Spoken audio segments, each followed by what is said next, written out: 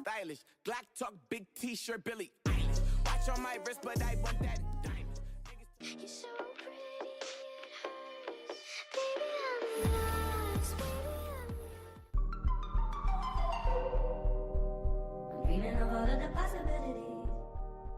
Si tú quieres que te toquen, ay, ay, ay, yo te rozo suavemente, ay, ay, ay, yo te meto con el... Nobody move, there's blood on. And she says, I wish that I could be like the cool kids. 'Cause all the cool kids, they see. Tu pistola no dispara, tu pistola no dispara. And if somebody hurts you, I wanna fight, but my hand's been broken once. There's no going back. She's a beast. I call her karma. Fue culpa tuya, ni tampoco mía. Fue culpa de la monotonía.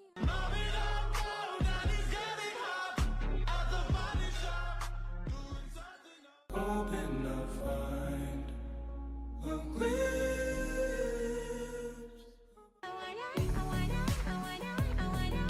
I really wanna siga. Reina, pa' mí estás soltera. Me estoy cogiendo la escena. Tu CR ronronea como... In the back of my mind, you died.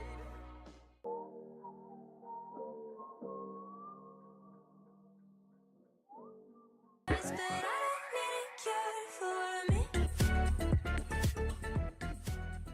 Oh, who is she? A mystic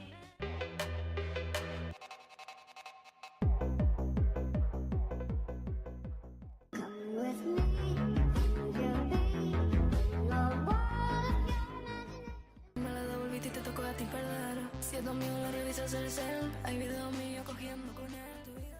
Bring it over to my place. You don't know what you do to me. So get away, another way to feel what you do to yourself tonight.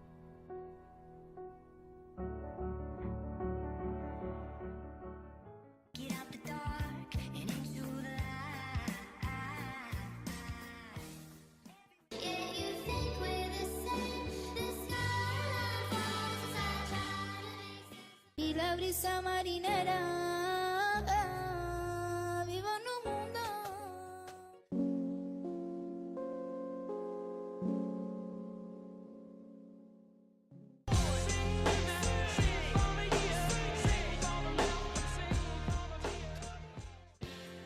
Psycho killer, qu'est-ce que c'est?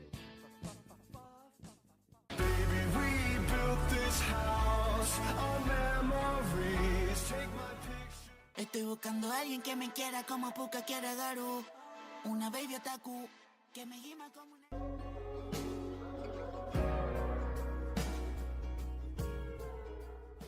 Her name was Sarah. I was kinda shy, but she was a daredevil.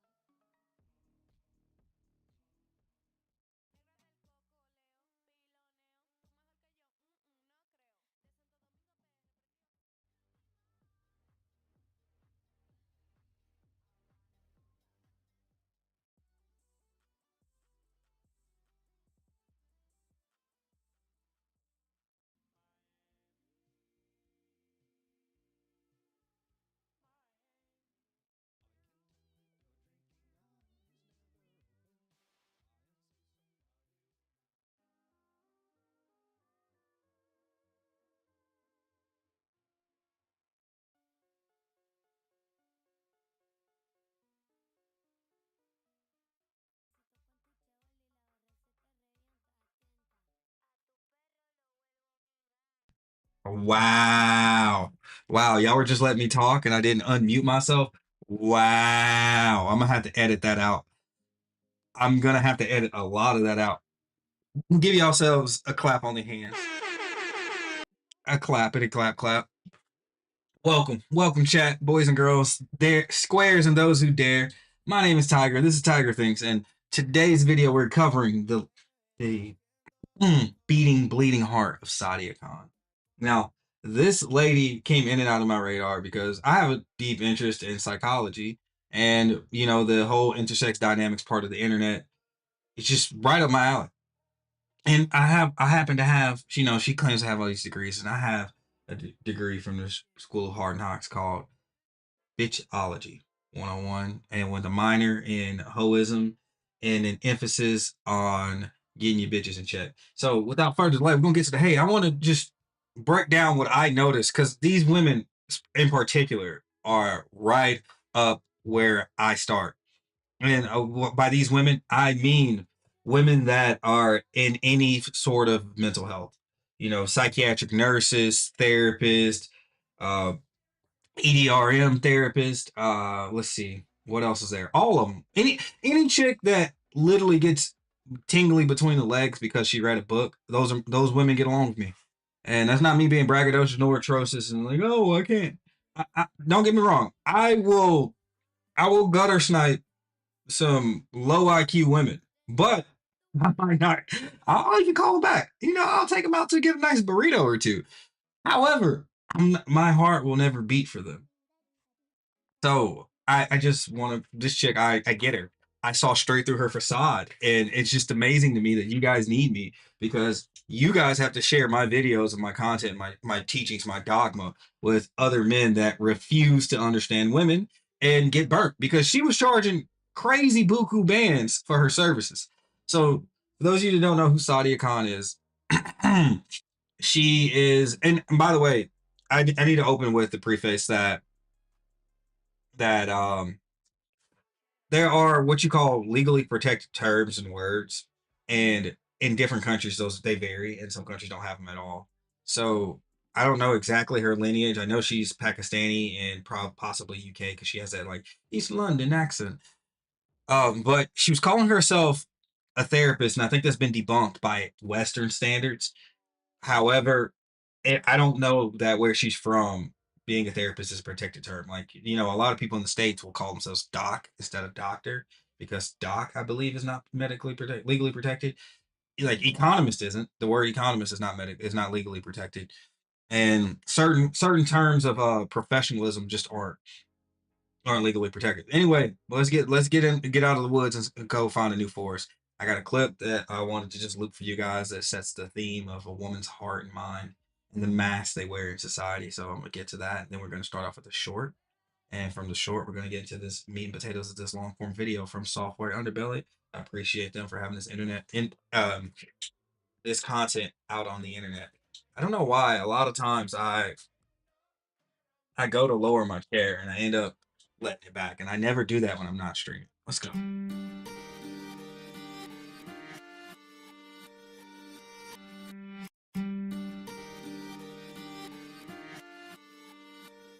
Okay, first of all, what I'm about to play right here is by this young man named Goob. I made a video about Goob. Goob's all right. His girlfriend sucks though.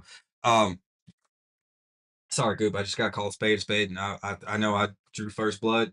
Take. I mean, you really should take a shot back at me, bro, because it's all love. Anyway, I just want my first message should be to you guys. If a woman works in any form of care, she's a little loopy up there. Well, you know, the train skips a track and jumps into a new lane every time. And this is some proof of the pudding right here. All right. Coach that's supposed to show you how to be a confident, successful man in dating relationships, editing her own photos and videos? Sadia Khan! Welcome to the show. This is Sadia Khan, 741,000 followers. You can book. Which means a lot of people got. You know, on the internet, most people have at least a 1% turnover rate or retention rate. which is when you sell your products, at least 1% of the people that follow you buy your product. So if she has 741K, 1% of that is, 7,000 people? Am I right? 70,000? Whatever, math is for nerds. Anyway, she at least made some money, and he's gonna go in this video, but her stuff costs a pretty penny. Call with her. She promises that for just a few $1,000s, you're going to be able to master yourself, master women, and master relationships. She wants to make sure that you're confident, emotionally strong, free from baggage. Don't worry, guys, the program's not too much. All things that if you're a man, a woman can't teach you. They can regurgitate some other man's points, but a woman can't teach you any of these things. To develop all of this confidence from Sadia. And again, it's not misogyny. I don't hate women. I'm just trying to save the world from heartache. Women can't teach you these things. Just a paltry 6,000 GBP, which in Freedom Bucks is like Freedom Bucks. In motivational speaking, man, $6,500. Just a few months of rent for the average American. No problem at all. Here's a good clip. A few. Wow, I keep pressing space to silent to pause the video, but this is buggy. About facing your own realities and truths. Thing to sell to women because But it's the reality. Well, and she's in love with any guy that's intellectually stimulating. I think she fell in love with this guy next to her. I'll spell that out later in the video with proof. Majority of men's not their dream girl. It's not the end of the world with that, but it takes a self-esteem to understand. Look, here's the thing: people who have high self-esteem attach to truths. They enjoy truths. Truth means something to them. Truth means something to him, huh? Let's take a look at this clip. All right, guys. Now just keep in mind she's a high confidence woman. And truth means something to her. Why is there a waist filter on this public speaking and engagement video of you, Sadia? What is going on here? What? Like, look, it's just bending, warping. So she's filtering her waist to make her body more physically attractive, which is crazy because Southeast Asian women are known for being curvy right in that region. So to exaggerate something where you already have a genetic forte is kind of absurd in its own regard. That's like me trying to make my nose look bigger. Like, why would I do that? Because some chicks like big masculine air sucking up, huffing nose, sand dragging noses like mine. I'm not gonna contour my nose so it's even bigger just because I know they have that fetishization. Getting disintegrated. If you look at this photo of just her full body, you see there's a waist filter here and it's not attached to the shadow. Big miss there. So she making crazy bands a month. She's eating good. Sadia, I have a better offer for you than this $6,000 somebody could pay you to be a man. I'm currently hosting my very own No Edits 12-week transformation challenge for the I gotta let him get his promo out since I used this video. Go ahead, dog. Paltry price of $400, you can get coached by me for 12 weeks. No more needs to edit your photos when you get on stage. And if you're watching this and you're wondering, can I join too? Absolutely you can at www.goobutraining.com. If you go to my website or the link in the bio to sign up, you could pay the $400. I will send you out an I think he has another video on her too. Let's see. And coach that's supposed to show you how to be a confident, successful. I think it's the same video looped over. Anyway. That was exhibit A, exhibit number 1, and capitalize the numbers. So that's where she started. That's where she's going. Now let me get into the next part. All right. Oh, by the way, I didn't mean to have that up yet, but if you guys want to donate to the channel, I'll take it. Donations welcome. Venmo me at TigerThinks, Venmo.com. Anyway, all right, I'm about to put up a poll. I would like for those of you that are already in the chat to vote on it. And don't vote on it yet because you don't have enough context unless you've already seen this. But the vote is to see if you think there's sexual tension between Sadia and this man next to her, who is Dr. Orion Taraban. And let's go. Sadia and Orion. Hi, Mark. How are you? Wonderful to see you guys again. Yeah, good to see you. Very excited. This is very exciting to have both of you. You're both experts on romantic relationships. Mm-hmm. Turned out that way, I guess. Yeah, self-proclaimed, but okay. Yes, I just find They both chose the modest approach, but both of them sell books, courses, and everything of the sort to get people in better shape to get laid. So yeah, I guess the modest approach is the more general one. Because I do notice that if you're online and you're, extremely confident, because it's not contrived. Like a lot of people think my personality is contrived, and it's really not. I actually turn my personality down when I get online. And I can see the numbers because the websites, the apps, they tell you the stats of when people stop watching your stuff.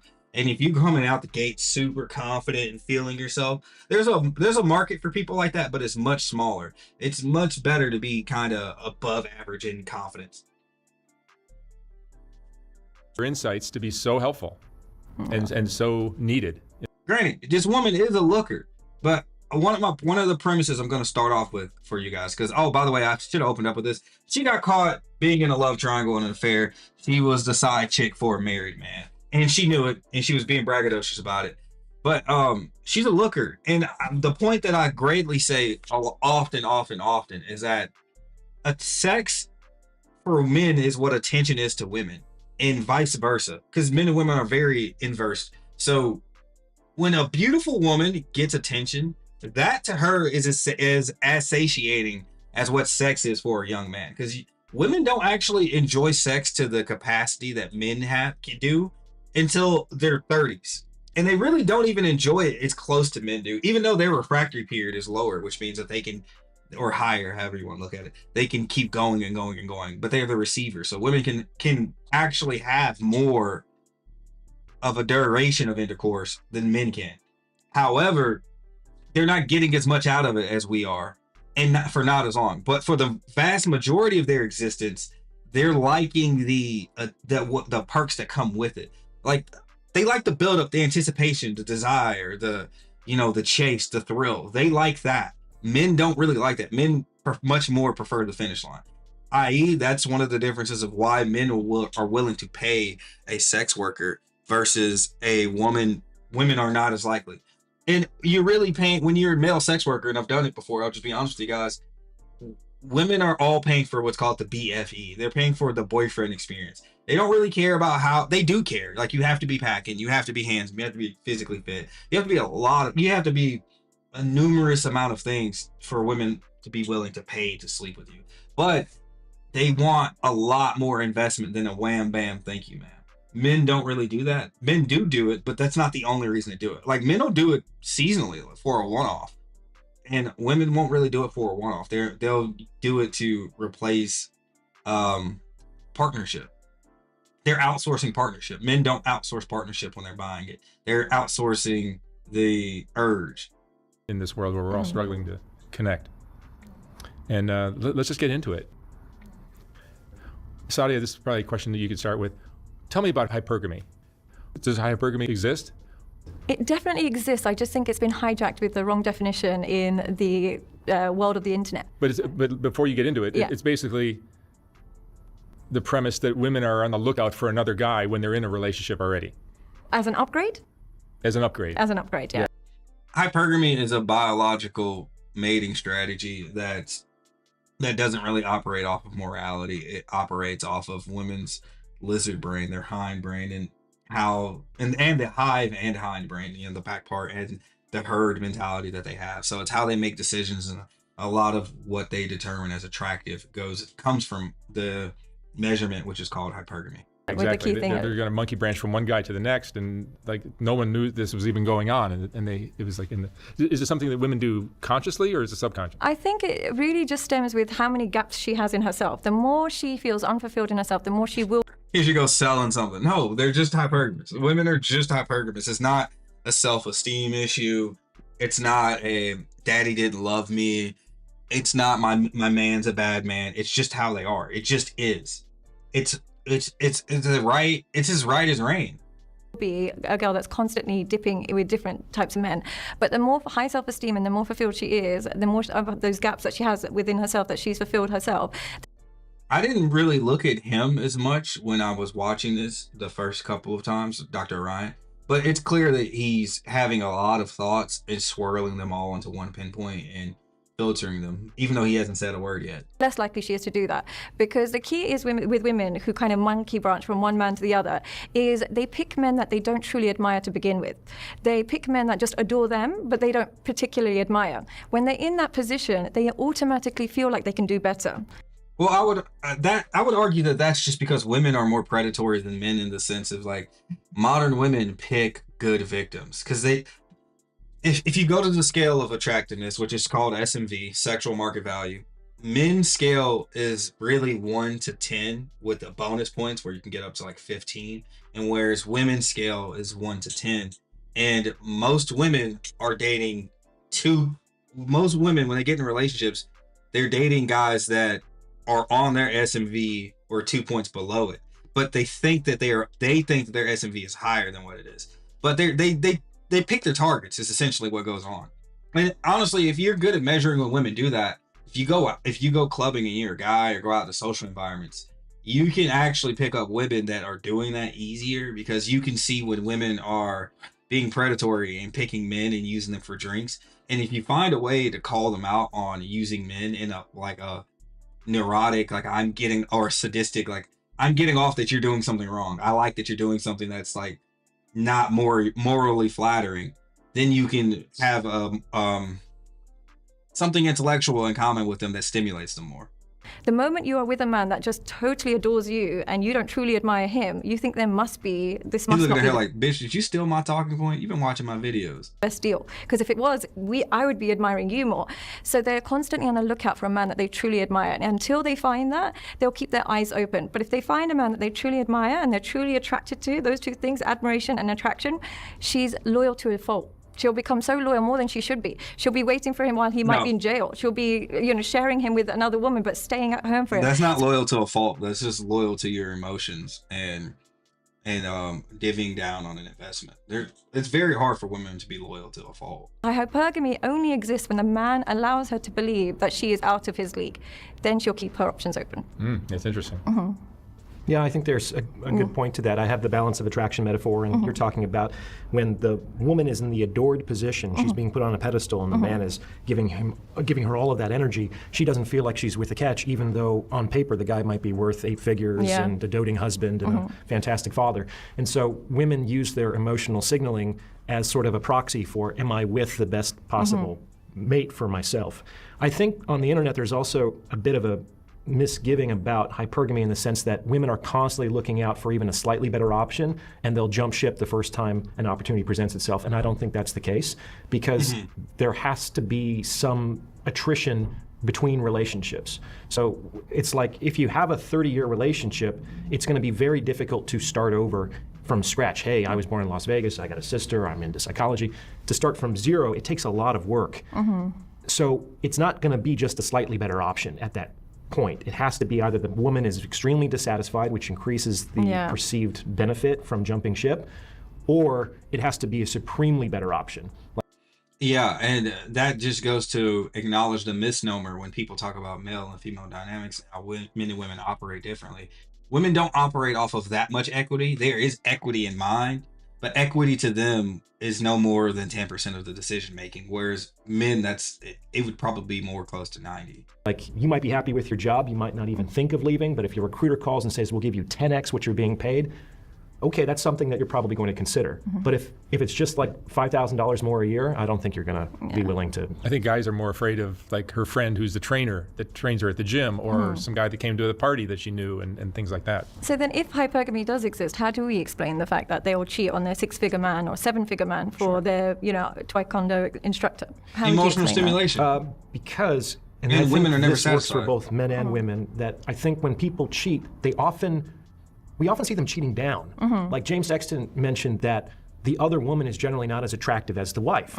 And sometimes the wife's lover is the pool boy or the trainer or something like that. It's like, what's going on? How does that fit into your idea? And I think people are... Because women tend to want everything all at once too. So when women cheat, it's because they got a bunch of qualities in one man, but no man has most men don't have all of the qualities women are looking for, interesting, tall, smart, strong, handsome, resourceful, cool, calm, and collective. And then they change it so much on a daily basis about what they want and desire that maybe the next day they don't want someone stable. They don't want someone emotionally regulated. They want someone random as the code of life. Trying to get all of their needs and desires met across multiple relationships. So if you're in a stable, secure, loving relationship, you don't need more security. You don't need more stability. You might need some excitement. You might need some passion. You might need some he just said the same thing I was saying. Dang. Danger and uncertainty. And you're going to find that potentially with the insecurely attached guy with 3 children by 3 different mothers. By the same token, maybe you're a man and you are in a contentious, conflictual relationship with your wife. You might have an emotional affair with a woman who's just a safe haven. It might not even involve sex at that point. So people are the way she's focusing on on Dr. Teraband is very interesting. Trying to get their unmet needs met in their affair relationships.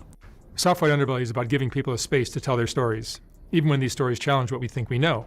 Ground News shows us different perspectives in the media, which is why Ground News is like local news from our... My favorite part of the app is it's easy for you to check them out and helping my bums. And thank you for watching. Okay. I personally feel like the quickest way to prevent a woman from cheating on you is your selection. Really, sometimes some men are bums and The cheapest way is the most violent way, but you shouldn't do it. they're terrible to women, and yet they manage to get so much loyalty out of the woman because they've chosen a woman who's just not that way inclined. A woman that's got a one-track mind, she's just very closed off all the alternatives as soon as she meets that man. And there's other women, you can do everything. Well, women are more likely to be one policy voters, meaning they'll focus on one major issue versus a conglomerate of issues. For, but her mindset is always to have alternatives open. It's just how she is designed. So I think that the pre-selection is more important than the post, like what the relationship looks like post-selection. So I would always say it's what the woman is like, and similarly to man, what they're like, rather than what you offer them. And a lot of men, I think, well, I'm the best option she'll ever have. I'm far better looking than her ex. I've got far more money than her ex is. There's no guy taller than me that she hangs out with. Okay, so they're vibing on the same sequence or frequency right now, but you're gonna see that she will backtrack everything she says to be quote unquote pick me for the doctor here, but it's not even being a pick me. She's truly, well, they're in the same field, and women just regurgitate that women are never really originators of things. Sometimes they are in very minute specific situations, but a lot of times if you actually deal with women in so professional bounds, they usually just take the leader of that space or leaders or pioneers in that space and use their words. Like, okay, a good example is Candace Owens takes a lot of Thomas Sowell's talking points, etc. So Orion's going to say things, and then Sadia is going to say something that's different, and then he'll say something else, even though they both do the same thing, and she's going to change her point in real time to agree with him. But if she is either hyper promiscuous or unable to commit kind of woman who Shorty goes from one to the other, it doesn't matter what you offer her, she'll find a route to cheat. Selection is very important. Yeah. I think 90% of successful relationships. Is it more important? I mean, tell me the difference between being the adorer and the adoree. Like there's, in all relationships, there's usually one person who really, really loves their partner, perhaps more than the other. Yeah, I mean, I can see it like an example of that. I don't know if this is just odd because I'm hyper observant, but her hands and her shoulders, I'm not accusing her of being a man, are a little big. And I think I wonder how her infancy was, because I don't think she grew into how tall she should have been. That's what I'm saying. Because sometimes, guys, if you do steroids or your growth plates open up from some type of androgynous exposure, they get oversized. So like when guys do HGH and they go into bodybuilding competitions, people can tell because their hands almost double in size. So because I'm saying she has some big hands and some big knees and big shoulders, and she's not that big. Overall, she's not that big. If you know Selena Gomez, she's currently dating this guy, and I saw it go viral. And she used to be with Justin Bieber. And you can see she's with a man that truly adores her, worships her. But until a woman is attracted to you, your adoration is interpreted as neediness and desperation. The only thing that will turn a man's adoration into security is if she finds you attractive. And that's the thing about these women gurus and that sell stuff online. They always say like quarter truths. So they'll take a premise like, she was right at the end, and a lot of times when women talk, they should really say the ending first. Like when women are telling you a story, you got to make them tell the ending part of the story first, and then put the other part first, because they want you to feel what they're feeling, to understand what they're saying. So they're giving you all this context to build relevance, when really you should just tell me the story, tell the summary of the story, and then add the feelings in. So she's right. When women view you, if they're not into you, the stuff you do just comes off as bogus, and it's bogus until they view you in a way that's very flattering. However, all the other stuff she said about Selena Gomez and all the other shit is just bullshit. she's attracted to you as a man. If she doesn't find you attractive, she will utilize your adoration. Maybe she needs you financially or to help her feel heal from an ex or just help you with her mental state, any way, shape or form, but she won't truly be attracted to you. And you'll notice a heavy decline in the sexual intimacy on her end, despite your efforts to make her feel safe. It just won't be initiated from her. And that will happen quite early on in the relationship. And she'll be, sometimes I'll meet these men that dating women who are 28 years old, 29 years old, and they're like, oh, she just doesn't have a sex drive. And I always say, with you. The key word is with you. She has an amazing sex drive. At 28, what woman doesn't have a sex drive? It's with you is the key point. And hyper adoring a woman who doesn't quite admire you is the quickest way to desexualize. Men, you have to stay as fuckable as possible. And I think that's one thing that men do wrong in relationships. You just don't. You have to literally be as sexually desirable as possible. That's how you keep your chick interested. That's the main way to do it. The broke dude that keeps a haircut and does his sit-ups every night, that he will keep his girl better than a millionaire who's 45 pounds overweight. Yeah. What would you say, Orion? Yeah, it's sort of like the part that women always leave out. Is you ask women what they want. They say they want a kind man, they want a loyal man, they want a man to treat her like a queen, to adore her. But the part they leave out is they want all of those things from a man they're already attracted to. Yeah. And they've already decided to be attracted to that man without knowing yet whether he's kind or loyal or devoted. Yeah. So attraction isn't actually predicated on those things, it's predicated on other things. And so as a man, we need to say that part out loud to other men and say, you need to work on becoming an attractive man, and the other stuff can come later. Because if you prioritize the one ahead of the other, you're not going to get anywhere. But what I Yeah, exactly. And the optimization of where you put your resources and what you do first. Understanding women is way understanding women should probably actually become before anything, but time is precious. So it's like building a nice body. If you build your frame to be athletic young, that's way better than getting in shape in your 40s and 50s. do find is men are quite delusional about that. They like, I think she's really into me, I can just tell, right? They want to believe a woman is far more attracted to him than she truly is. And they will ignore all the signs and take the tiny, tiny glimpses of hope that she's attracted to him. And I think that's a recipe for disaster for men. When she speaks to a lot of delusional men, because she's speaking to men online that still are naive enough to seek advice, counsel from women in the areas of love. Read a woman's signals of attraction.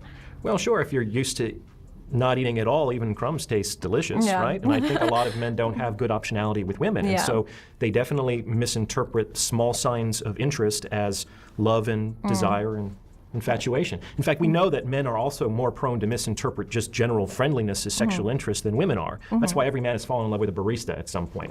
She's just doing her job, dude. Yeah, you did a really great short. I wish I could remember it. It was something about the man when he's not attractive. Even her buying a birthday cake is super exciting. Do you know what I'm referring to? Yeah, it's check-in. I don't. Well, I forget the title of that episode. Something to do with attraction. Listen to Yourself, I think is the name of that episode.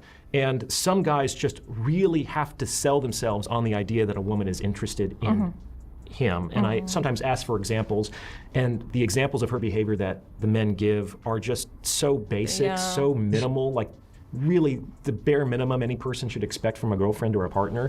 But maybe that's more than that man has ever received from a woman previously. Now, I do think that women are kind of deluded too, though. Yeah, I do agree. I have to, and I didn't realize how bad it was until I started working with men who are a little bit, maybe they're like 5'8", but a 5'1" woman will say, no, that's way too short. That's way too short for me. And I'm just thinking, but 7 inches is a huge gap in your height. Yeah, but she didn't have her cervix knocked all over the place so many times that a guy that small in her mind theoretically isn't gonna stimulate her.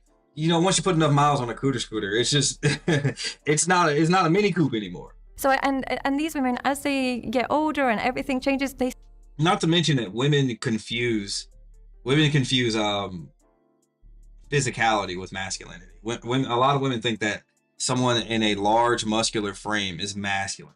Masculine is really it's being resilient and saying fuck you to aging and taking good care of yourself. That's masculine. But some people are just born and then they hit puberty and then they're 6'4". That dude isn't masculine because he's 6'4". He just has good height genetics. Still have the same expectations they had at 25. So a woman that will hit 35 will still say, I want a man with no kids. But at 35, you should want a man with kids just in case you can't give them to him. It should save you a lot of that rigmarole just in case. You know, you should adapt your expectations as you age. Or you can adapt and say, maybe I need to go somebody, maybe he's just 5 or 6 inches taller. It doesn't have to be a whole couple of feet taller than me. There's no adaptation with their type as they age. And if anything, they get fussier. And that really hinders their ability to settle down. Well, I think they get fussier because they're using the same metric on themselves that they use to judge men. They think, well, here at 40, I'm making $500,000 a year, and I'm a manager, and I've had all of these experiences, and I have a master's degree. And those are potentially signs of success in education and conscientiousness that they're looking for in men, but men don't use those criteria on women. No. So it's a failure of perspective taking on women's part. Yeah, and I can say this as a woman in her 30s, I would still say, even if I might look better on paper than a woman in her 20s, they would still choose a woman in her 20s if they could. It's just a fact of life. It's nothing to be ashamed of or embarrassed about. And I say this as quite an educated... Mike, shorty, that's a stretch. You're a cute girl, but no. A lot going for me. I still know a relatively not as smart, maybe not even as attractive 28-year-old would still... She confirmed it, because what's on your mind comes out through your mouth. She is definitely a sapiosexual. And once you've indulged in sapiosexuality enough, it's very hard to go back. It's just like the same thing. If you date someone very physically attractive, it's very hard to date someone of average attractiveness after that. And so she's spent a lot of her time. I got a comment. She said, what's this comment say? I 100% agree with you staying in shape. Your women will respect you. Your women. Wow. Okay. But yeah, what I'm saying about her is that she has an insatiable itch. And that's what I want to let you guys know, especially beautiful women that are intelligent. They are not used to being told no, and they will do whatever it takes to get that itch scratched. And it's inside the mind. It's not inside the panties. Do better, and there's nothing to be ashamed of. It's just that's how life progresses. But I think the uncomfortable truth about that keeps women single for a lot longer than they should be. What do you mean? As in, they think that they have more to offer, so they should be more desirable. Their desirability Because they're more intelligent, they're calmer than a 25-year-old, they're more intelligent than a 25-year-old, they might be, more educated. And that may be true, but it's also way easier to calm down a 20-year-old woman than a 30-year-old woman, which women don't seem to comprehend either. Than a 25-year-old, but that doesn't actually play out in the real world, unfortunately. And I say this as an older woman, it's not the end of the world if it does reduce your options, but you have to adapt your standards as you age. Is it better to be a woman today than it was? An attractive woman, yes. An attractive, promiscuous woman. There's never been a better time to be alive. I see these 19-year-old girls. What a take. On OnlyFans making millions, and then there's no way a 19-year-old man can ever do that. So I think being an attractive woman in this day and age has never been a better time. All you have to do is post a picture of you and you'll be she sounds like a harlot. You enjoy money way too much, young lady. No, because you could still be an ugly. Women have it great too. I think, I would hate being a woman today just because the quality of men walking around is just so daunting. It's so low. Like today's men are just, I hate to shit on them. So many of them are just not options I would want to pursue if I was a woman. Like if it was like 1990 or 1980 or 1970, yeah. Maybe men coming up in maybe 2040 or 2030, they'll probably be better than what's walking around right now. But I think today's women have it good, except as far as options with the dating pool. But if you're willing to share, which the smartest, it's like a scale. The smartest women and the dumbest women are willing to share. It's the women in between that don't get the best of both worlds because they're arrogant. Blown out, you'll be taken to places, men will pay anything to have access to you like this, and you can manipulate any man you want, any man. And a lot of men have this idea that, but there's so many girls, there's so many girls. There's so many girls, but not all girls are willing to sell their soul to do what you want them to do. So there's only a limited women that can do that. And those limited women have a complete monopoly over the market when it comes to men. Yeah, I think that women have always sort of wanted to be around $1 million. And for the first time in human history, it might be easier for the average woman to get $1 from 1 million men than $1 million from one man. But do you think it's just easier for attractive promiscuous women? You think non-promiscuous women are having a hard time? They don't stand a chance because men will attach to great sex, not great women, period. And at the moment you are a great... Well, I think that men just deep down, even guys that aren't that deep into their misogyny, just don't think women are that great. I get what she's saying about sexual loyalty, but Shorty is coming off like she has BPD, so she probably has put that wham on somebody and they kept coming back. Great woman with the inability to please a man sexually, you do not stand a chance. There's days where they used to appreciate the fact that she's a great cook, she was great with my mum, she would be a really caring stepmom, replaced with she knows how to give me a great blowjob, she knows what to wear, she knows what in bed, and she knows how to do her nails the way I like it. There's a song by The Weeknd where he's singing, and it's one of his older songs, and one of the lines in the song is like, all these bitches get no love, and then he goes something. but all these bitches never ever had a blowjob. And he's singing about a specific girl. I get what he means by that. Like, yo, some slobber knockers will make you come back. Every quality that made a good woman. Even if it's easy for you to get your ding dong licked by a bunch of ladies. It used to be back in the day, guys. It used to be that not all women would give oral, but if they did, they were really good. And now it's like today, most women do it, but they're only about average at doing it. Men is now being replaced with every quality that makes a great sexual experience. And so promiscuity is far more important in attraction than ever before. I think it's still probably a good time to be alive if you're an attractive woman and But without promiscuity? Yeah. Because there's only so many attractive women, and promiscuous attractive women are even a smaller subset than that. And most men are not getting laid by super attractive promiscuous women. Yeah. True. But do you think that they would choose a promiscuous woman over an attractive woman? Women always debate on the hypothetical. And this is where she's going to get stimulated because they exist in a hypothetical. She posed a hypothetical question to him, but she wants an answer inside of legitimacy. If they had a choice, if you had a choice between great sex, but she's not your favorite, or beautiful, but you don't like the sex with her, what do you think men on the whole? They're not going to choose monogamy. They're going to choose as many as they can get. But the thing is, if you have access to sex as a man without directly paying for it, you're in a different ballpark than most men ever will be. Would select. It depends. Like the ego boost that comes from the attractive woman is very seductive for some men. I do think that that's a trap. But I think there's a lot of guys that would just take a piece of ass when they can get it. And they'd hurt the great, beautiful, attractive woman to No, access. I mean, there is no more valuable commodity in our culture than an attractive female. Yeah. But I think there's a lot of guys just like to get laid. Well, I've also found that a lot of attractive women aren't necessarily great at sex. Like Oh yeah, that is mind-blowing. They almost have to come with a mental illness to be very good at it. Well, it's also a participation thing, and society gears women to like not directly communicate efficiently about sex. And as a man, one of the pillars of your manhood is how not only what you can do, but how good you are at teaching. Because teaching itself is a skill, and it's a super skill. And you have to be able to teach the woman not only to better, but you have to build the compatibility to get better at it. It takes work. Believe that the hotter the woman is, the hotter she's going to be in bed, the better she's going to be in bed. That's not necessarily true at all. And in fact, that's one way that less attractive women can potentially outcompete. Do you think men are more loyal to beautiful women or sexually good women? Well, she's measuring male loyalty through sex, which is not a good barometer to measure male loyalty.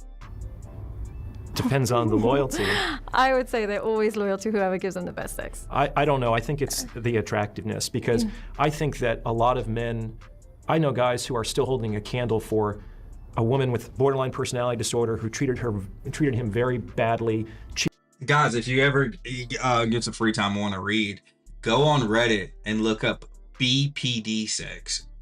Cheated on him, left him in the lurch, but she was the hottest woman that... But was she the hottest or was she the best sex? I think it was the hottest. I would imagine it's the best sex, because those crazy women do give the best sex. They tend to, because they tend to have a short-term... The smirk he let out. The outlier. There are very specific types of succubuses that are extremely hot and very good at sex.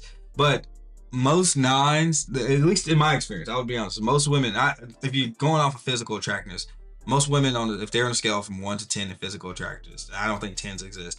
Most 9s I've slept with are awful in bed. And it's more of a novelty experience. However, every blue moon, 1 out of like 25 9s, and I'm not saying I fuck like 50 9s a year, but 1 out of 25 of them, that seems to be the going rate, is insanely good in sex. Mating strategy, similar to men, because they know that they can't sustain long-term relationships. They give it their all, and that extends to the bedroom.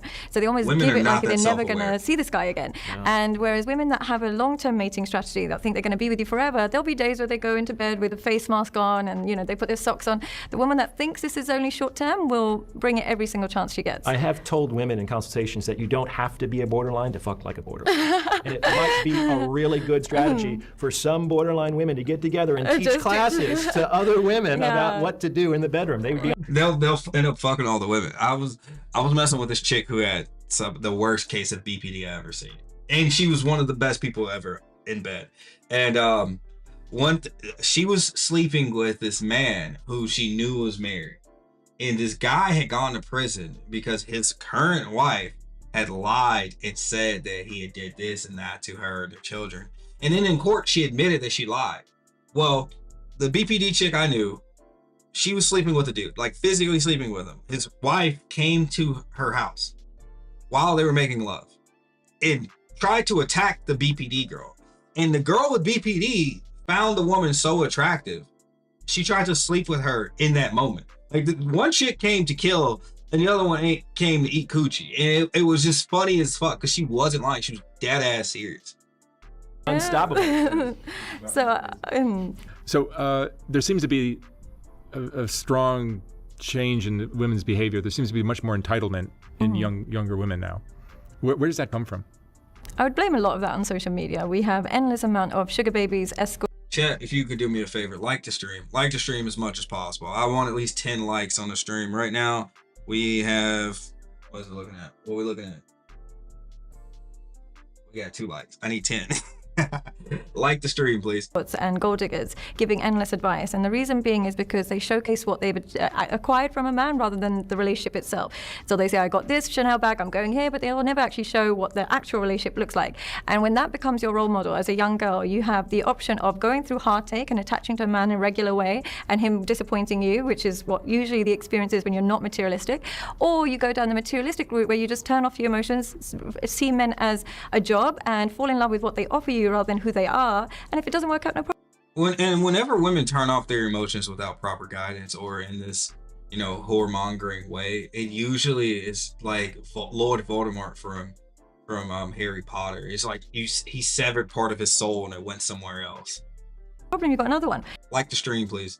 And you keep yourself kind of pain-free in that way. So I think social media doesn't help in that way, and the entitlement is just growing and growing to the point where even somebody like me, I find that if you're a woman and you don't give advice from the perspective of a gold digger or an escort, you will get endless women saying, pick me, pick me, pick me, you're a pick me. But if I was here saying, this is how you take money from a man, this is how you steal money, this is how you... It's funny because she's a hybrid, and I think women all kind of monolithically think about each other. But this chick is a hybrid because she is a pick me and she is a resource grower at the same time. And she knows it. Cheat on him, I would be revered by women. I would literally have millions of followers and they would repost me all day, every day. So the fact that the female audience is hungry for that sugar baby escort woman teaching you how to get men shows what's happened to society and to women in general. I think that's always been the case, though. I might be a little bit more cynical. Like, you can go on Seeking Arrangements, right, the sugaring site, and it runs the spectrum. There are women there who are just straight up prostitutes and they're selling sex for money. But there's also, on the other side, women who say, I just want a traditional relationship. I want to be taken care of. I'll clean, I'll cook, and I'll be your wife. So I think that traditional housewifery is on the same sugaring spectrum as prostitution. It's just a little bit more classy. Right. But I still think that these tactics about like how to get money from a man, how to get his attention, how to take him for all he's worth, like grandmothers were teaching their grandchildren that about how to get the right guy and marry them for generations. But I think today's women have just turned into pyramid scheme prostitutes, and they don't realize it. Key ingredient that separates just a woman who wants a traditional household and a woman that is sugaring or like gold digging is attraction. The women that genuinely want a good relationship will put attraction first, then worry about what he offers her and what he's going to do for her. But the attraction has to come from her end first. Sugaring means, what does he do for me first and foremost? How much does he obsess over me? And I don't. Like the stream, please, chat. My southern accent came out. Like the stream, please. There's no C in stream. Like the stream, please. I don't care if I'm attracted to him. So she'll have an ex that might be an Indian man. Oh shit, 5 likes, yeah, halfway there. All right, I'm cool. I'm acting like I've been here before. I'm acting modest, chill. Yeah, we got 5 likes, no big deal. A Chinese man, a crypto guy, there'll be a range of exes and there's no consistency in what they look like, only in their finances. Yo, it's heartbreaking when you're the most handsome dude a girl has talked to. Which, I mean, I'm used to that experience, but then you look at her past lovers and it's like, yo, he looks like a foot. What the fuck is wrong? You fuck ogres, you fuck mythical creatures, and then you want to fuck moi? And that's when you know she's sugaring, because there's no actual type of what she goes for. Whereas women that want a traditional household don't compromise on attraction. They just still want to love the guy, but the guy should do a lot for her. That's I would say the key difference. Yeah, I think. William, welcome to the chat, William. William said, glad you're back, bro. Thank you, William. Yes, sir. I missed you, dog. I missed you. That's just the way that people are. It's like there's plenty of folks who do jobs for companies and they don't believe in the mission. They don't believe in the real purpose of the service or the good. They're doing it for money. That's true. It's like we enter into relationships of all kinds. Well, I hope you are in good spirits. Let me know how you're doing in the chat. Talk to me. I'm here. I'm responding. In order to derive benefit. And I do think Oh, there's a poll up, by the way. Vote in the poll if you would. Do you think this chick is in love with this guy? If you don't know, let me catch up on context. So this lady is a Southeast psychopath, and I gotta quit saying that. So she's Southeast Asian sapiosexual psychopath. She's an online dating coach. She was in a relationship. She was in a relationship with a man who was engaged, and he was in a monogamous relationship. She was a side chick and was called on the phone saying to the guy's fiance, "I can suck his dick whenever I want." That's what she said. And she's at the same time selling courses on how to build confidence, how to find true love, how to be a better man, how to be a better woman. And she was using waist trainer filters. She was using filters on her pictures and videos to make herself look more attractive in her videos while she was selling courses and such on how to be more confident in your own skin. And my whole premise is that she's an attractive woman who is also a sapiosexual. So she's playing so many different positions on the field. She's shortstop and she's outfield at the same time. And she, in this video, when I watched it, I could tell she's attracted to the guy talking, who's Dr. Ryan Terabin. It's also come to light that she doesn't have a doctorate, but I think being a therapist in some countries isn't as regulated as it is in the West. So I'm giving her slack on that, calling a spade and drawing it right down the middle. That there is this way that we can use love, or you're actually saying attraction, which I think is probably more accurate, to kind of cover over that, because if we remove that, we see women use the word love in to ourselves describe everything. Really stark. They misuse the word all the where time. our needs and desires are laid bare, and that's not actually very virtuous. It's not very ennobling. It's not very attractive. And so we, as a culture and as individuals, women aren't that noble, to be honest with you. We like to cover that over with a patina of romance and love and attraction and feelings.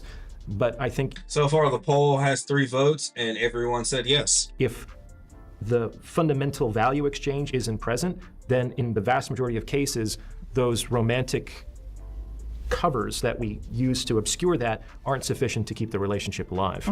So we need a bit of that. Now let me tell you a little bit more about female body language too, since I'm just such a pro at reading it. Look at how tightly she's crossing her legs and she hasn't moved. So either somebody left a little spunk in that junk and she didn't get it out, or she's aroused and trying to contain it. Because look how tight she holds her legs this whole interview. That's unnatural. Normal people don't move like that. And some people could say that I'm crazy and the kooky and all this stuff, when if you're in the United States, your tax dollars go directly to the Secret Service. And you know what they do? They watch the crowd and monitor body language. So you can watch me on YouTube for free teaching you about body language when you've spent at least $2,000 in the last 2 years paying for someone's classes to read body language to tell if someone's carrying a gun or not. This woman is wet. Absolutely. Yeah, I agree. But I just think the order is different. So genuine love, from a woman's perspective, I always tell men, if a woman is not going in this order, she doesn't love you. She has to be attracted to you. Compare that to him. He keeps swiveling on his chair. She's not moving at all. She's staying on her square. First, she has to get a bit obsessed with you after, a bit anxious, worried, where's this going? There has to be some anxiety. Yeah, women definitely operate off of anxiety, and there's a color spectrum of emotions I'll pull up for y'all real quick. If it stops there and there's no, she's just anxious and attracted, it will turn toxic. But if you can offer her reassurance and security after that, it will turn into love. It will genuinely turn into love and commitment. Yeah, and then it will turn there. But if she doesn't have the attraction and she doesn't have the obsession, but you just try and give her stuff, she'll never get those 2 things. And those 2 things are really, really important ingredients as precursors for falling in love, or at least falling in loyalty. And I actually focus more on whether a woman is loyal to you rather than when she's in love with you. And I think a lot of people with low self-esteem, they will focus on, but I know he loves me, but I know she loves me. I know she treats me badly, I know she cheats, but I know deep down she loves me. And I said, she loves me with these loyalty balls is far in her more mouth. important than love when it comes to a woman. Forget whether she loves you. Who cares if she loves you or not? Is she loyal to you? Is she treating you well? Treatment is far more important than this belief. Female dating coaches will speak quarter truths. She just said a bar. She just said a banger. She just said something that is true. All right, I'm gonna let her keep talking, but first, let me pull up this this wheel so I can show you guys. This is the what's known as the color flower or color wheel. Oh, okay, my computer keeps freezing. Wow. It's freezing, chat. I'm coming. It's loading. Emotionflower.jpg. Okay, you guys see that? It's kind of grotesque with what I got pulled up. But anyway, look at it real hard, real deep. And okay, you have the what? 1, 2, 3, 4, 5, 6, 7. Wait. 1, 2, 3, 4, 5, 6, 7, 8. You have the 8 confirmed emotions. Some people say there's 7 confirmed emotions. Some people say there's 9. But this is as we just counted, 4 and 4, so 8. Women tend to operate on this green side. The women go from purple to green in that, from left to right.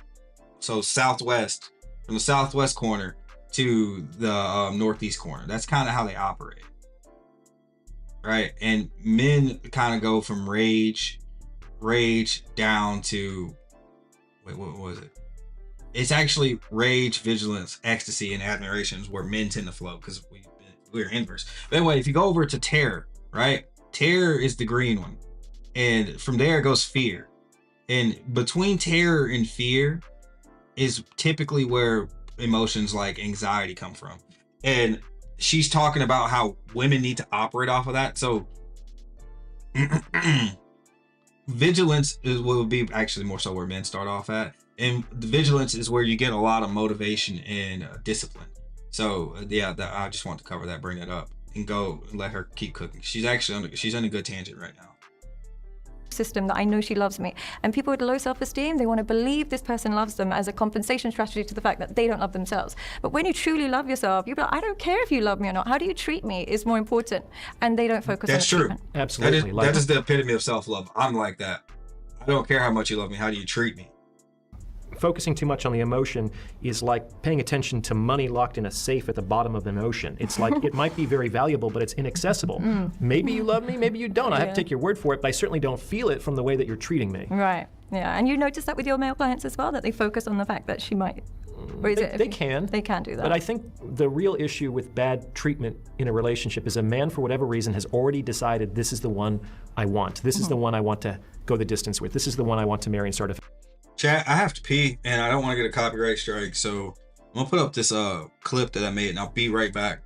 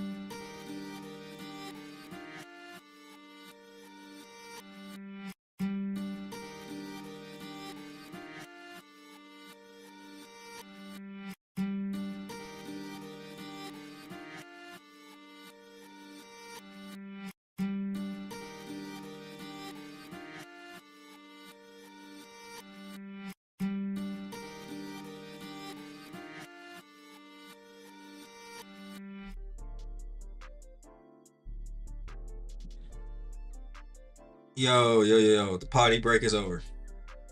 Potty break is over. I went ahead and got some more to drink. Didn't have to go to the bathroom anymore while we're streaming. But you guys, I'll give you guys a second to come back. I know everybody else wants the bathroom too.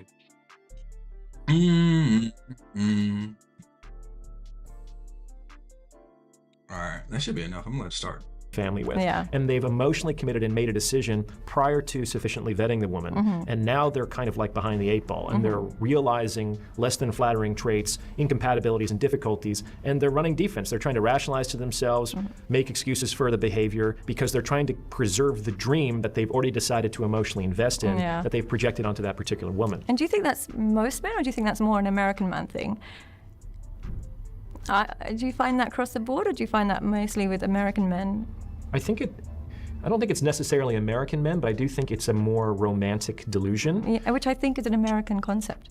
We know that romance comes from France yeah, initially, so it's a continental well, thing. maybe a Western thing. Yeah, maybe it's a Western thing. And me being an Eastern woman, these things are unheard of, where a man would just commit to a woman and be loyal to her and have to prove how much he loves her and will understand her trauma and dissect all her daddy issues just to show her how much he loves. This is a foreign concept to me. Yeah, it's unheard of. It's beautiful that she brings it up. I think she's actually a necessity in the sport. And yeah, I'm one of those people that I'm so optimistic that I go full circle and come back around to the more nihilistic side. And I guess nihilistic wouldn't be the true antithesis of optimism, but I think that bad things happen and it promotes ingenuity and advancement. I don't think men should listen to dating coaches that are female, and I think that women should have strong fathers. And the more people that move away from this shit and try to outsource it in different ways end up making the need for the true respondent, the true correction come about. And sometimes humans only learn things the hard way. So yeah, guys should not be paying for this woman, and she got exposed for basically doing it the do as I say, not as I do approach with her love life. And then I go as far as to say I've never met a Western or American man that I don't believe who has ever not been cheated on. I really feel like universally they get cheated on a lot, and they stay loyal to a woman that is disloyal to them. Now you get really narcissistic men who don't experience that, but the genuine good guy in America tends to always get cheated on. This is one of the revelations I had from my work. I always believed before I started this work that women only cheat on toxic men, treat them terribly, emotionally deprive them, and then she's got no choice but to be with another man, like kind of damsel in distress. Working with American men has taught me that women are actually very loyal to toxicity. They're far more disloyal to constant reassurance, dedication, and romance from a man. And then when I was trying to figure out what I think it really boils down to, what do you think it is? I think it boils down to a lack of masculinity. They would rather be with a toxic man who's narcissistic but has more masculinity than a loving, kind, reassuring man that lacks that masculinity. And how? And guys, I was actually talking to a therapist recently, and she reminded me that in order to get diagnosed with a personality disorder, you have to meet, I believe it's 8 quantifications. And the main 3 of the quantifications that you have to meet to be considered narcissistic are just boundaries that a healthy guy would have. Women define masculinity is protectiveness, essentially, provision and procreation. But I think the key thing with men in America is they're happy to provide. They have no problems with providing. They actually don't have a terrible habit of not providing. They're happy to procreate, but they find protectiveness as a form of oppression. They think if they say to their women, hey, look, I don't want you talking to You see, look, I'm not attacking her. She's right. Like I go out a lot and I like to walk women to their cars, because there's a lot of predators out there, and women act like that I'm being the predator, but I'm like, no, you don't know how to scan your surroundings. You stand in the kill zone when you walk in the door, and there could be someone in the bushes, and I just want to make sure you get to your car. your ex or... And foreign women don't do that to me as much. I did that when I was in Mexico, and the women there didn't mind it at all. They were like, oh, thank you. But in America, even in South Texas, women don't mind that as much. But the more north of Texas you go, the more women are like, whatever. I can defend myself. Or like, oh, my girlfriend has my location. What's she gonna do? What is she realistically gonna do that's gonna save you? And if you were in a dangerous situation, why would you trust this 75-pound to 150-pound woman? Wearing that, or I don't think you should be posting that. They think that's them being toxic, so they eliminate the protectiveness completely from their vocabulary, and as a result they either lack their masculine dominance or they just attract women who don't want that, and those are the women who tend to be more freedom seeking and do what they want. Does any of that make sense? Yeah, I think certainly the toxic man should probably be more masculine than the nice guy. It would be hard to be toxic and more effeminate and get that kind of reaction out of women. I think that the reason why women tend to fall in love with toxic men has to do with the fundamental feminine romantic fantasy, which I think is Beauty and the Beast, where it's like most people misinterpret that fairy tale and they think that Belle, the girl, can see like past the beastly exterior and she loves him despite being an animal. No. She loves him because he's an animal. And this gives her an opportunity to like get to conquer on some level. Conquering the beast is the female equivalent of just like sexual conquest in men. And so there's this sort of emotional challenge that is very attractive to a lot of women. And they think, I can fix him through my patience, through my love, through my loyalty. I can show him that not all women are like this and that there's more to life. And at the end, the fantasy, of course, is he transforms into the prince, the love worked, and they can live happily ever after. Of course, if Belle fell in love with the beast, what the fuck is she gonna do with the gentleman? Like, how long is that attraction gonna last, right? Women seem to want a bad boy who's good to them, and men seem to want a good girl who's only bad with them. Yeah, exactly that. But I think what it is Look at her moan while she says that. Women, it's not necessarily that they need something bad, but they need something fearless. They just need a fearlessness.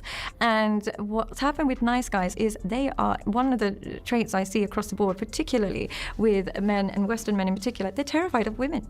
They are absolutely terrified, and rightly so, I understand. Yo, because these chicks the are movement demons. has made it that you... That's scary. I think, yeah, but maybe I deal with the subsect of men. I did a video yesterday about Nora Vincent, who was a woman in 2004, went undercover and got cosmetic. She had a professional makeup artist come through and dressed and lived as a man for 18 months.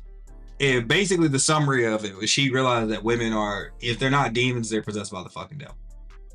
She was like, "Yo, I quit. Fuck this. Fuck this." That have this kind of... You're spending too much time in Dubai. Yeah, I know. She ended up with like depression. She said it crushed her identity and her beliefs, and she had a hard time knowing where to stand. And actually, toward the end of her life, she went to Sweden and got medically euthanized. So she had doctor-induced life-ending a procedure on purpose. But prior to that, she went undercover to see if men really had it easier and what it was like living as a man. And the way women treated her, she commented on it a lot. And I did a video on it yesterday, so you can watch it here on the channel. They're so terrified to tell their woman that they need more sex. They'll go years without having sex with their wife. They're just scared to say it. They're terrified to tell their woman that she's gained a bit of weight. They're terrified to tell their woman that he might have to, still pay his ex-wife alimony. That'll fly in Dubai? I think what it is, they don't have a fear of their women as much. And not so much Dubai because it's so filled with expats, but I think in Eastern culture in general, they don't fear their women as much.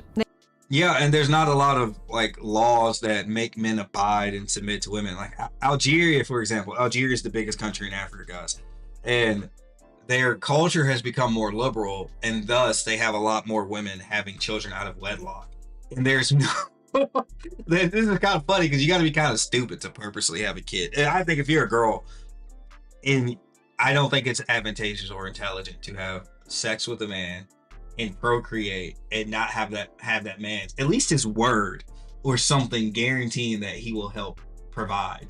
And so a lot of women in that country, not a lot, but it's an uprising issue, are trying to get paternity laws in place for a place that does not recognize having children out of wedlock, which is just interesting. They genuinely don't fear their women as much. If anything, the women fear them a little bit. Whereas in Western culture, they submit and fear their women a lot more. And what Western women don't realize is that when they can incite fear in their man, they lose respect for him. I think the part of them likes that because you'll see these TikToks where the girls are like, "Oh, you need a man that's like a golden retriever. You be the black cat, and he should love you so much more." The moment they get that in that man, part of him for being that golden retriever is that fear of losing him. Women get manipulated into being masculine so often, it's hilarious. They just always fall for it. That fear of her, it's unattractive, and she slowly starts to lose respect. Now, this is not all. Jack, can we get some more likes, please? Share this video, get it out there. I need to get a couple more likes in this video, please and thank you. Or log into your other account and like the video, because I don't want anybody to watch it that doesn't really care. And some women really appreciate that, but majority of the women, they find that emasculating. And I do think that it's easier for men not to fear having those conversations with women when they don't have a scarcity mentality, when they have consistent success with women, and they might have some optionality even simultaneous with that relationship.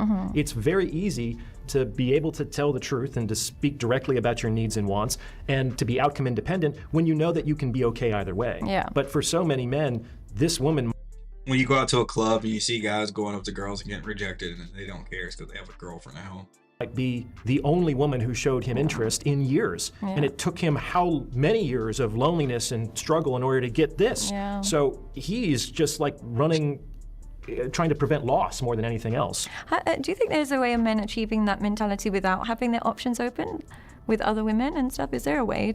I mean, you could be raised in the fire if you're taught that, but it's funny. She keeps asking questions, and she's a professional, and she's actually seeking answers. And she's not. And you guys might ask, like, what's wrong with that? It's that she's not having, a thought space where they're going back and forth and exchanging ideas. She's picking their brains because they're men, and she wants their data, when she should be good at extracting the data on her own.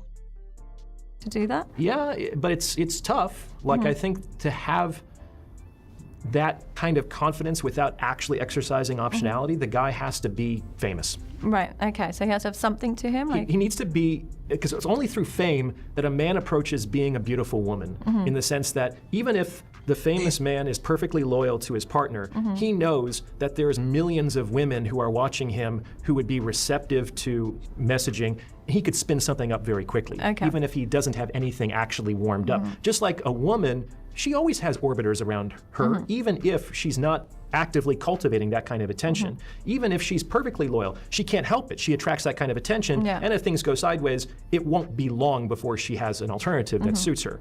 Yeah, I mean, I think that it does stem from having options, but I think it should stem, I think as a man, you should grow up with a mentality and be raised with a mentality that Women always think so hypothetically.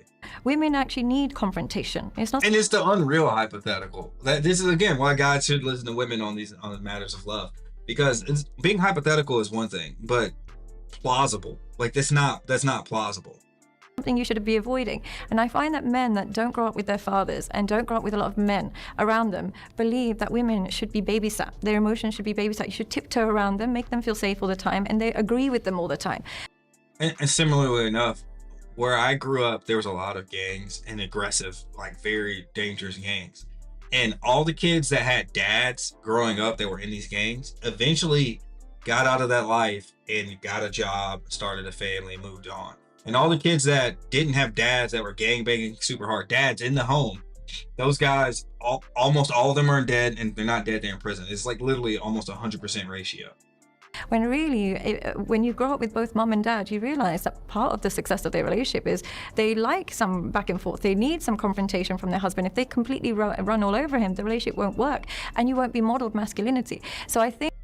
See, and she's trying to promote, I think women can only promote what they want and what they want to do. She's trying to promote women being hybrids. Like, she can choose to, she's basically just said by herself, I can choose to shut the fuck up I want. I'm not gonna get in a long-term relationship with a woman that I gotta like retame every fucking week. Like, no, we're not having this back and forth. Of course, you can have the floor and we can discuss something, but we're not doing this shit on a regular fucking basis. Not everything is a discussion. Sometimes it's a dissertation from a dictator, which is what most of the time it is. I think that it extends a little bit earlier. If you just simply understand that the things that your mum is teaching you is not what women find attractive. Your mum might want you to be obedient. Your mum might want you to be placid. Your mum might want you to agree with her in everything she says. But your wife wants confrontation. She wants to see your own identity. She wants to know your own opinions. Only then she can actually attach to something rather than a shadow of her own opinions. And let's see if she looks to Orion to see if he validates what she just said. Because so many men are now being raised without their fathers, and so many men have a disdain towards their fathers, they are developing a mindset of becoming an obedient son and applying that into relationships, and it's just simply unattractive. What are your thoughts on the feminization of men? It's really worrying, particularly with... The feminization of men is actually an attack on women because it hurts women way worse than men. Low testosterone. And you can even see it with the transgender community. This is an attack against them. Men that transition to women and then detransition back to men have an easier transition than women that transition to men and then try to detransition back to women. And it's really, really worrying because now women are left with the options of, masculine And if you're new in the chat, vote in the poll. Vote in the poll. Let's see what's up. But they're almost toxic and narcissistic, or with a feminized man. And any woman will choose narcissist over feminized, always. So you're left with women who are quite scarred because that's their their two options. So the feminization of men, I don't even think they realize they're so feminized. I think they think they're doing the right things. So they will learn, one of the things that a lot of men I know, they will meet a woman who's treating... Yeah, Sadia been watching my content and just stealing my talking points. Okay, girly. Them badly, and they say, I know it's because of her trauma, she's an avoidant attachment, she was raised this, and they want to explain emotionally about what she's going through and try and be there for her emotionally. Women don't want you to understand them. They want to know what you're going to do about it. Yes, okay, I've traumatized. I, cheated on you. Fine, you understand my trauma came from my childhood because I was deprived, blah, blah, blah. Great. What are you going to do about it? Now, just over-understanding her is feminization. It's not actually attractive. We want to know what you're going to do about it. We want decision makers, not therapists. No offense, we are therapists, I'm not saying it, but in your relationship, we don't want that. That's what our sisters are for. That's what our parents are for. You are there to say, I get that you've got trauma. I know that you've got daddy issues. Not my problem. You're going to act like this? Bye. That's what we're more Yeah, she's definitely stealing my swag. Girl, I know you've been listening to me. to do than somebody who sits down and does a love language quiz with you. It doesn't work. Yeah, I made an episode. Oh, chat, if you're liking this video and you would like to support me, you can find me on Venmo. There's my name on there, Tiger Things. Support the channel if you would be so inclined. Thank you. I appreciate it. Back to the show. About that called the trap of understanding. Not everyone should be in a relationship. So even if we take that on good faith at face value, let's say she does have some trauma, she does have some attachment issues that she needs to work through, that doesn't necessarily mean that you as the man have to fall on your sword and put up with bad behavior. It's like she might have an injury, just like in sports, she's gonna do some PT on the side, we're gonna keep her off the field, and hopefully in 6 and 8 months, we can get her back in the game. But like, no one has a right to play despite their injuries. That's just going to hurt more people that way. That's a great analogy. Yeah, and same for men. Some women will say, I know he's been traumatized and that's why he keeps, cheating on me and he keeps doing this and he's got this drug addiction, but I know it's because of his trauma. Yeah, and it's funny that those people that have like chronic cheating, they never just go into like a fair play open relationship where it's negotiated. They get off on the thrill. They get off on the wrongness. They don't actually want the options like they say they do. So what are you going to do about it? People only respect your decisions, not your thoughts. So what are you going to do about it? It's actually telling them what they want to hear or believing what they tell you. If you work with a lot of women and believe them, automatically you're going to think this is the reason. But the key is, and I say this with men and women, as a therapist, you should treat every client that comes to you as a liar. They're lying. They're lying the whole thing. And your job as a good therapist is to spot that lie because they're lying to themselves. That's how they got here. And if you as a therapist, somebody comes in and says, my ex is a narcissist, I'll say, well, you chose them. Let's talk about you. Let's see what you're doing wrong. Or they'll say to me, oh, I just don't have a sex drive for my wife. I don't desire her. I'm like, but tell me what's going on behind the scenes. Are you watching too much porn? Are you cheating on her? I don't believe what you're telling me right now. The key is to understand people lie to themselves. So when they go to therapy, when they go to personal training, when they go to doctors, they'll lie to you. And as a good therapist, you should be able to spot that. The coaches and the people that go wrong are the ones. Yeah, a lot of men get uncomfortable with the idea of like when they say their sex drive and libido's dropped, and it's like, is your wife acting feminine? Is your girl acting feminine? Like, have you seen any 21-year-olds recently? Like, are you sure? It's probably not what you think it is. Ones that believe the feedback that they're getting from their clients and using that to coach. When really we need to dig a bit deeper and realize that sometimes what they're saying and what they're doing are not aligned. Yeah, I take everything that someone tells me with a grain of salt. I don't maybe come out and say everything they're saying is a lie. I'm expecting that. I'm just sort of like, maybe it is, maybe it isn't. We'll see. Because I found that if you come right out of the gate and say, I don't believe you, you're full of shit, you get a lot of resistance. They get offended. And, they don't come back as much. But I certainly just I hold it not as the pure, unvarnished truth. And look for ways to kind of get in to show themselves to themselves in a more productive manner. You guys both see clients. Okay, so is this for the feet people or something? Yeah, on your own, right? Sounds like it. It's part of both of your lives. What are the cases you see a lot of in your practice? Mine is the growing trend of men paying for sex. That is kind of the growing trend of like the porn addiction, which then escalates into paying for sex. And then, I'll say that again. It starts with a porn addiction, which then turns into erectile dysfunction. That erectile dysfunction makes them feel uncomfortable about having sex with real women that are not paid for their time because they feel like they might be judged or they feel like she won't appreciate it. So through that fear of rejection. Man, today's women, even the prostitutes are judgmental. Turn to escorts, and escorts don't judge you when you can't get it up. They don't judge you when you can't ejaculate. Yeah, the fuck they don't do. Judge the size of it, but you are stop lying. You gaslight. paying for their lack of judgment, but you're also paying for your ability to violate because you're witnessing that too much in porn, and that's they judge you. You just don't care because you paid for them. What you see is associated with sex. So I found, maybe because of the content I produce, that tends to be the growing trend in the men that I work with. And this is when I say to you, I believe they're lying. They'll come to me and say, oh, I just use escorts because it's quick and easy. No, but now you're madly in love. And then they say the line that they always say is, I'm paying her to leave. I'm like, yeah, but you're now on a call because you've just got engaged to an escort. So when did you pay her to leave? Yeah, so they are lying to themselves because the dream of every man that pays for sex is for one day for her to say, this one's on me. You don't have to pay a penny. If you were truly paying for her to leave, that wouldn't feel so good when she makes it free. So you're actually paying for an approval of a woman that you couldn't access in the real world. And the moment they're more honest with themselves about that, the more we can actually work on it and change the system. But this is an area that they just refuse to be honest about. That's a very specific problem, Sadia. Yes, it is. I've worked with some guys on porn addiction and the subsequent ED that can result, but it's usually a guy every month or two has fallen in love with an escort. It's actually a fairly common problem. I made some episodes about that.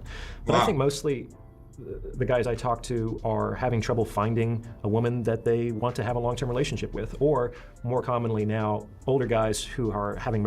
Hey chat, is the video playback too fast? Because I have it at 1.10, and if you guys want to comment more and the video's going by too fast, let me know. Difficulties and wanting to see if they could potentially turn things around. I personally struggle to know how to help people who just can't get their foot in the door with women, because sometimes I meet these guys are actually great. They've got a good job. There's nothing wrong with them on paper. There's actually really good guys. It's just that they just for some reason can't get their foot in the door with a lot of women. So I struggle to help those men, if I'm being totally honest. I don't know. What do you usually tell these men? Well, this is what I'm talking about. The part that women always leave out. So there has to be. She's into him. Look at that eye contact. You can draw a straight line at how she's looking at, which you're supposed to give people eye contact like that. But she's getting intellectually aroused by his tutelage, his guidance, and his game. She's going to take what he tells her and use it in the future. And honestly, dealing with guys that are bad with women, it comes down to a fear and a choice. I've been around those guys. It's kind of shocking. I've gone out wingmanning with them, and some men are just so bad with women, it's just appalling. But it's like self-sabotaging. It's hard to believe that these are real breathing people. It's like, it's hard to conceive when you're high functioning, someone doing something and yielding no results and not making a change. Be some sort of attraction problem, and I try to get them to understand that it might be a marketing issue. It's like, let's assume that you're actually a fantastic product. You're a great guy, and honestly, it's not even with shorter dudes. I'm gonna be honest, it's with very tall men. A lot of very tall men when women come onto them, they don't understand that women are today's women at least, are way more shallow. And if you're tall, that adds like 1 to 2 points to your attractiveness. Like, so if you're like an average looking dude or below average, let's say you're 4 in the face, but you're like 6'4", 6'5", now you're a 6. That's how women think. They're not saying it, but that is actually how a lot of women think. So I've been out with dudes that didn't find themselves that attractive, but they were towering over everyone. And women will hit on them, and they're like, why does she like me? And it's like, because she's vain, bro. She's vain. Woman would be lucky to have you. Probably not true, but we can start with that premise. It's like, but people aren't buying. Why? Is it an awareness issue? Do people not know that your product exists? Like, is it a branding? Are you communicating with your style, with your presence, with your tone, like kind of the lifestyle and the relationship that you're potentially offering? Like, these are behaviors. These are ways of presenting yourself to the world, and it's not a personal thing. We can tweak some of those things as long as you're not identified with them, and we'll keep playing with the knobs until we see some more interest and success from the opposite sex. It's often also... So that's your usual clientele, like the guy that struggles to get... That and older guys who are in difficult and unsatisfying relationships. Most of your clients are male? Yeah, I'd say about 80% of my clients are men. 75, yeah, not far off. Yeah, mostly male? Mostly male. Really? Yeah. Are men more, it seems to me, like you look at all the things that are online, men seem to be working very, very hard. They have for many centuries. Orion and I talked about this yesterday at lunch, I think, about how men seem to be really focused on trying to understand women, how to get closer to women and get women into their lives. Women don't seem to understand men at all. Well, the thing that I always say to a if you're new here, please like the stream. It'll help us all out. Thank you. married man that comes to me on the phone, I say, your woman's cheating on you. And I know that's a blanket statement, but the moment you are more invested in therapy, the moment you're more invested in saving the marriage than the woman is, something's going on that you're not aware of. And I know that sounds like a really big generalization. Do you think it's always an affair, though? Yeah. And we need one more vote on the poll. And it's funny that she's like, it's always cheating, because she was helping someone solicit in cheating. It's funny that she says that. Always. Because especially when it comes to me.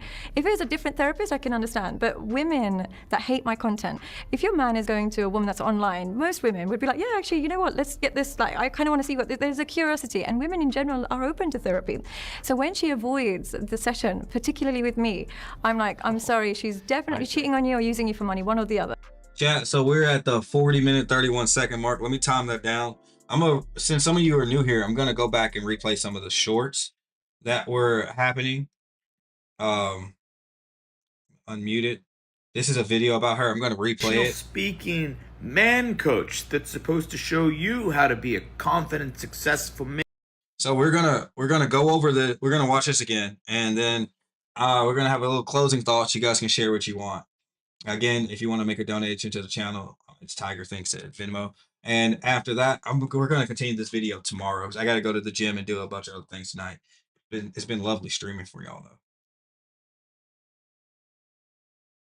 Man in dating relationships, editing her own photos and videos? Sadia Khan! Welcome to the show. This is Sadia Khan, 741,000 followers. You can book a call with her. She promises that for just a few $1,000s, you're going to be able to master yourself, master women, and master relationships. She wants to make sure that you're confident, emotionally strong, and free from baggage. Don't worry, guys, the program's not too much to develop all of this confidence from Sadia. Just a paltry 6,000 GBP, which in Freedom Bucks is like $6,500. Just a few months of rent for the average American. No problem at all. Here's a good clip that Sadia posted about facing your own realities and truths. Thing to sell to women because but it's the reality. Well, like, I'm majority sure. of men's not their dream girl. It's not the end of the world with that, but it takes a self-esteem to understand. Look, here's the thing: people who have high self-esteem attach to truths. They enjoy truths. Truth means something to them. Truth means bringing a gun to a fist fight. wow. It's not gonna work. means something to him, huh? Let's take a look at this clip. All right, guys. Now just keep in mind she's a high confidence. Well, she didn't say that she has high self-esteem, if we're being fair. She never said she had it. And this is the a problem. Not I wouldn't say problem. This is the conundrum with a lot of therapists, especially female therapists. They know the tactics and the ideas and the beliefs and the study of psychology that is absolutely true for positivity, but they need like a dom. They need a lord, they need a very domineering man to usually help instill them to do it to themselves. So people can pay them money and then they will tell those people to do that. Hey, positive self-talk only. Don't listen to any negative music. Journal your thoughts, stuff like that. But then in their own lives, if they don't have someone else doing that to them, they won't do it themselves. And it's the same way that she said you should expect that your girl is cheating if you think you should go to therapy. I think that you should expect this of a female therapist. This woman, truth means something to her. Why is there a waist filter on this public speaking and engagement video of you, Sadia? What is How do you think it is? Average draw time. And she already got a dump truck back there too. That's the crazy part. She's just greedy. going on here? What? Being greedy is worse than being a liar. Like, look, it's just bending, warping, getting disintegrated. And if you look at this photo of just her full body, you see there's a waist filter here and it's not attached to the shadow. Big miss there. Sadia, I have a better offer for you than this $6,000 somebody could pay you to be a man. I'm currently hosting my very own No Edits 12-week transformation challenge. All right, so he's putting his ad up. I already let it play earlier. Let's read some of these comments. If the roles were reversed, a man showing a woman how to be a woman, he would have some explaining to do. 1,000 likes. Tip of the iceberg with this one. Some wild responses from her when I disagreed with a piece of her content. Wasn't the only one. A lady also disagreed, and she proceeded to head to the lady's profile and leave abusive comments on all old pics of her and her child. If you are a man and you seek advice from a woman, ... you are cooked, bro. FYI, that's not a waist filter. She snatched. You pointed out nothing, LMAO. Then this other guy said, you're the best. Someone else said, thank you for this. I got so much hate for calling out this post. So many people coming to her rescue. This one is my all-time favorite. I have had a suspicion of her since I saw her first reel. Can anyone confirm that she's licensed? Because I can't find anything on her. Supposed school requires you to have a reason to request proof. Well, like I said earlier in the stream, men, and if you're being a therapist or having a license, it's different in different places. I'm not in the US is what I'm saying. This other chick said, damn it, I really liked her videos. Bummer. Somebody put a clapping emoji. Someone said, that's too bad. Her content seemed pretty genuine too. Kind of makes it all pointless. Her teachings and preachings become less valued by doing this nonsense. Laughing emoji, laughing emoji. Not taking any advice from a single woman who photoshops her body in face and photos. She clearly needs therapy herself. Someone commented on a video of hers and she wrote back, you look like you're into animal porn. Someone claiming to be a psychologist and wanting people to pay her to coach them is literally writing things like that publicly about a stranger. The fact that she has 700K followers makes me disappointed in the interwebs. Her content is actually pretty good, someone else said. Men should seek guidance on masculinity from those who embodied it, not from women attempting to define it while editing their pics. William put clapping emojis. Thank you, William. Thank you, William. Coming back. Thank you.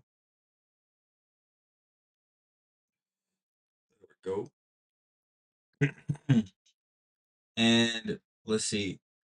Don't know about other men in the chat, but the first place I look at how to be a man is someone who's never been.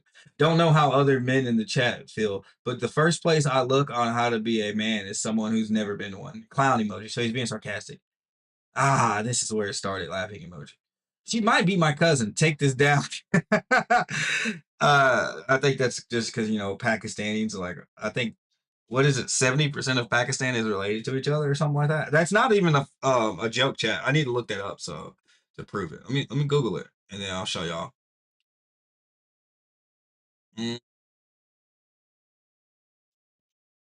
What percentage of Pakistan?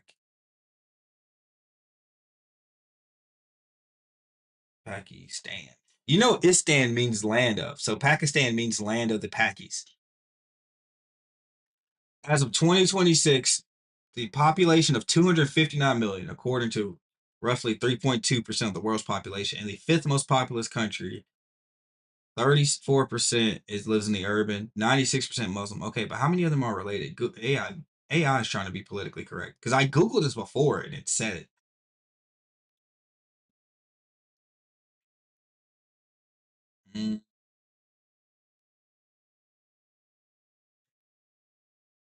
Let me look up incest in Pakistan.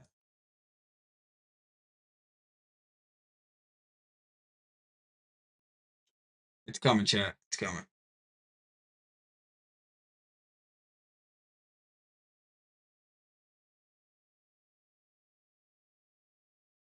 It is crazy when you know for a fact you've Googled something before and you try to look it up again and it's just gone.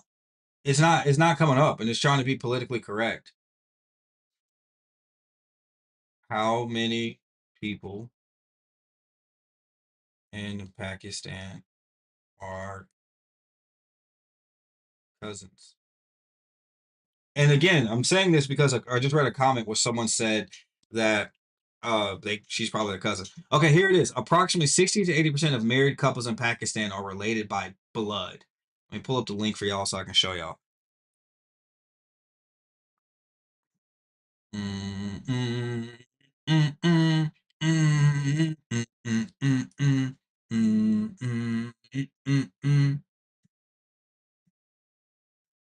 me pause the background so it quits moving so y'all can see that. Lock it. Put my camera. Can y'all see that? Can everybody see that?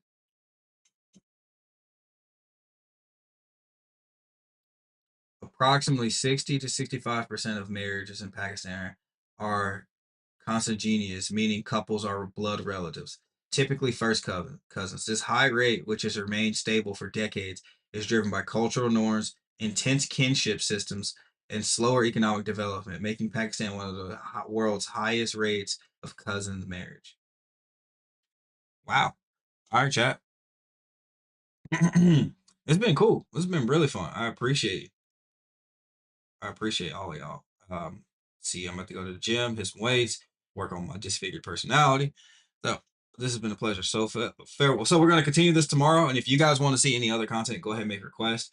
I'm streaming Tuesday, Wednesdays, and Thursdays, 6:30 p.m. Central Standard Time. I may be moving that back to 6:45. And I also may be moving that to Wednesday, Thursday, and Friday, and providing other random content and random times around then. But so far, that's what I got. I appreciate y'all. So long. Farewell. Au revoir. I'll see you again tomorrow. Peace.